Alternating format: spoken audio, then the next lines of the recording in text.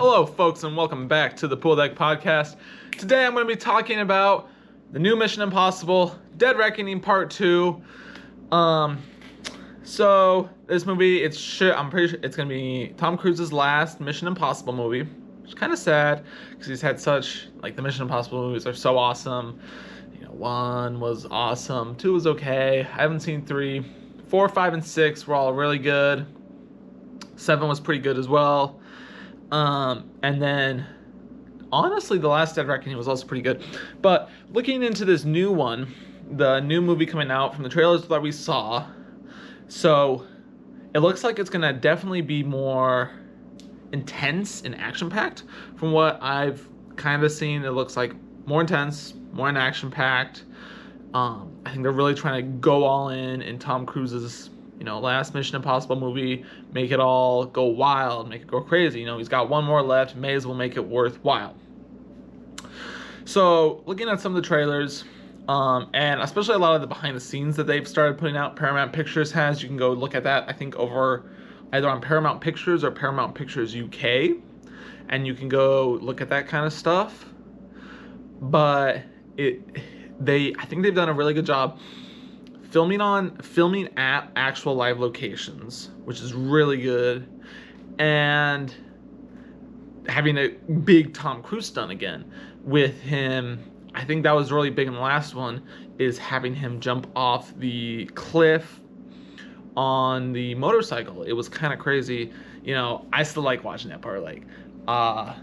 My parents were watching it. I was like, okay, yeah, I just want to see him jump off the cliff with a motorcycle, because who doesn't want to go see a guy in live action? Like, Tom Cruise is worth millions of dollars, and he's going to go jump off a cliff with a motorcycle. Why not?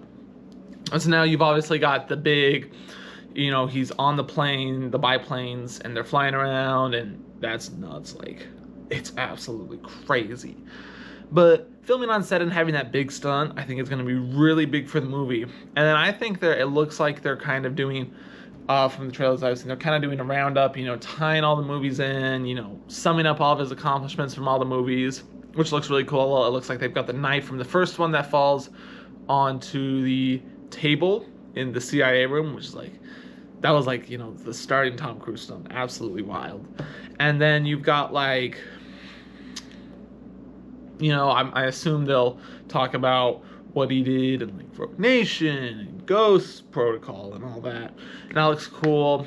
And it looks like there's actually a really big event that happens at CIA headquarters, or the CIA, or whatever intelligence branch it is. So that looks really cool as well. When talking about how long the movie's gonna be, we'll get back to trailer stuff in just a bit. We're talking about how long the movie is gonna be. I'm looking for maybe, I don't remember how long the last one was, but I think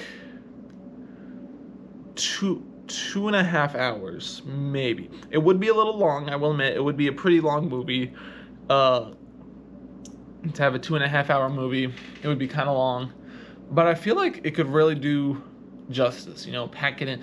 And when I'm talking about doing all these action stunts, I really don't want it to be all action, little bit of plot, all action. I kind of want it to be a nice kind of blend. I think one of my favorite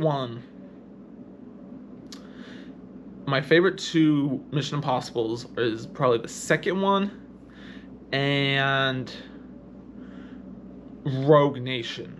Because in the second one I really like, because the bad guy figures out Tom Cruise and he guesses him perfectly, and it's so awesome. The bad guy actually got it right, and he's got a plan to stop Tom Cruise, and it's actually a really good plan. And Ghost, and then Rogue Nation. The Rogue Nation one is also really good, because you're kind of building this plot, it's this mysterious organization, you've got this mysterious lady, you've got all these mysteries building, and then you do have a little bit of action, and then you have all these betrayals, will Luther turn? Will this guy turn? What's gonna happen? The IMF is gone. I mean, it's nuts. And I think that one was really, really good, and I really enjoyed that one. And I hope it's something like that, where you have a bit of intrigue. Now, a lot of the intrigue was taken out in the first one, where now I suppose we're just kind of waiting for it to be finished up. But I think a lot of intrigue would be nice. And kind of spreading the action a little bit evenly and having like maybe 1, 2, or like 3 really big action-packed scenes and not just action-packed all the time. Spreading it out a little.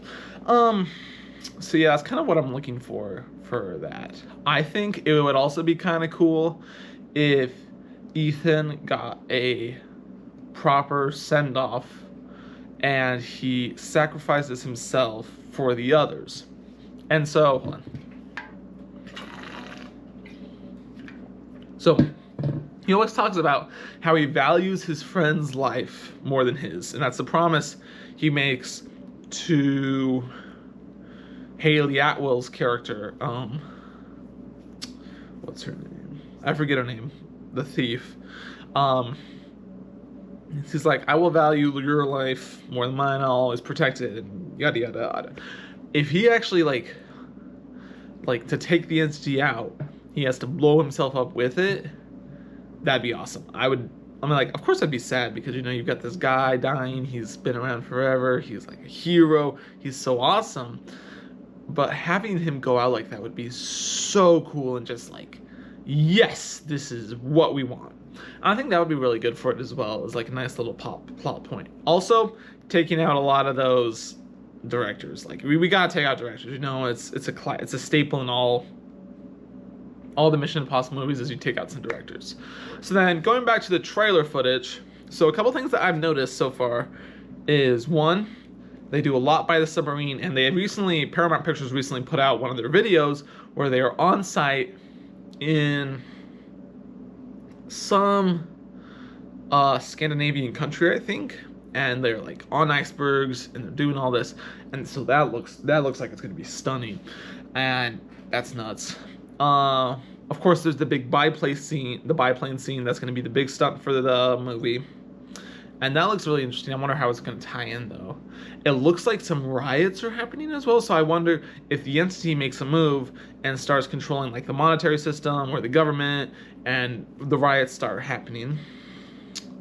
I think that my bet is about like midway through the movie, the entity makes a move and causes a bunch of chaos, because it also looks like a lot of files are blown up at the CIA facility, or at the intelligence facility. I'm just gonna go with CIA because it's probably CIA, because it's always the CIA.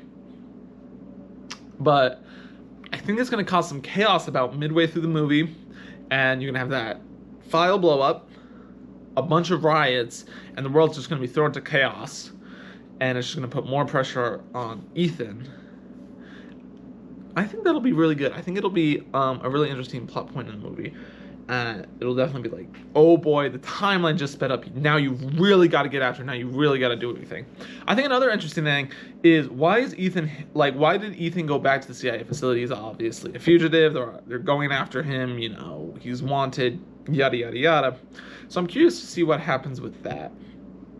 Why is he there? What is his purpose? And what kind of stunt is he going to pull off? Handcuffed in the middle of the CIA facility. I know last time he stuck in, but then he had he wasn't handcuffed. They weren't expecting it, but now he's here, so they're gonna be expecting. This should be really, really interesting. So definitely looking forward to that.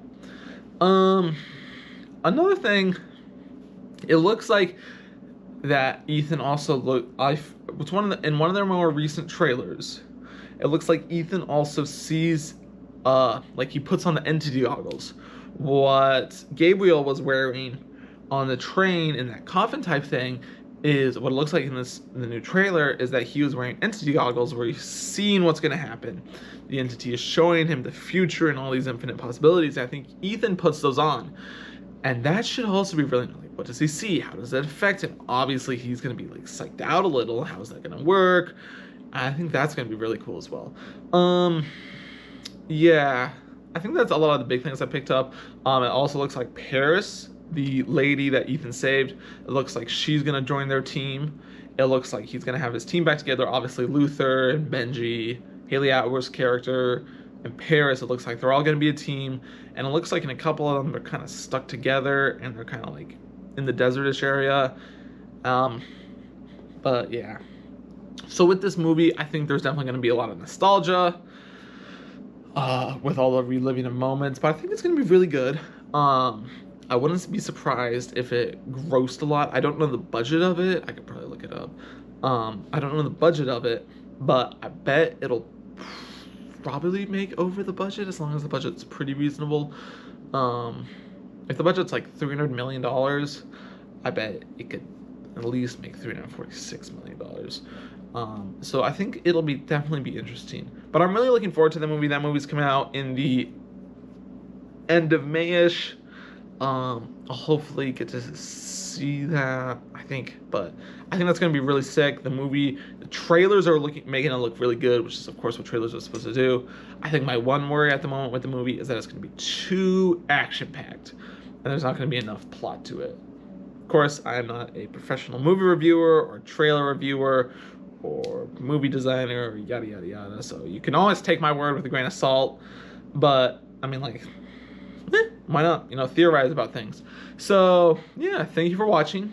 Please leave a like if you enjoyed it. Leave a comment about what your thoughts are going to be on the movie, and if you want me to talk about any other movies. I do kind of enjoy this. It was pretty fun. So leave a like, leave a comment, subscribe. Trying to go for 100 subscribers. That'd be kind of crazy. It's a big goal. So tell me what kind of movies you want, next movies you want me to review. Either the first comment or the comment with the most likes, depending on what the movie is. Like, if it's a stupid movie, then no. But I'll probably review that movie next. So yeah, thank you for watching. Yeah.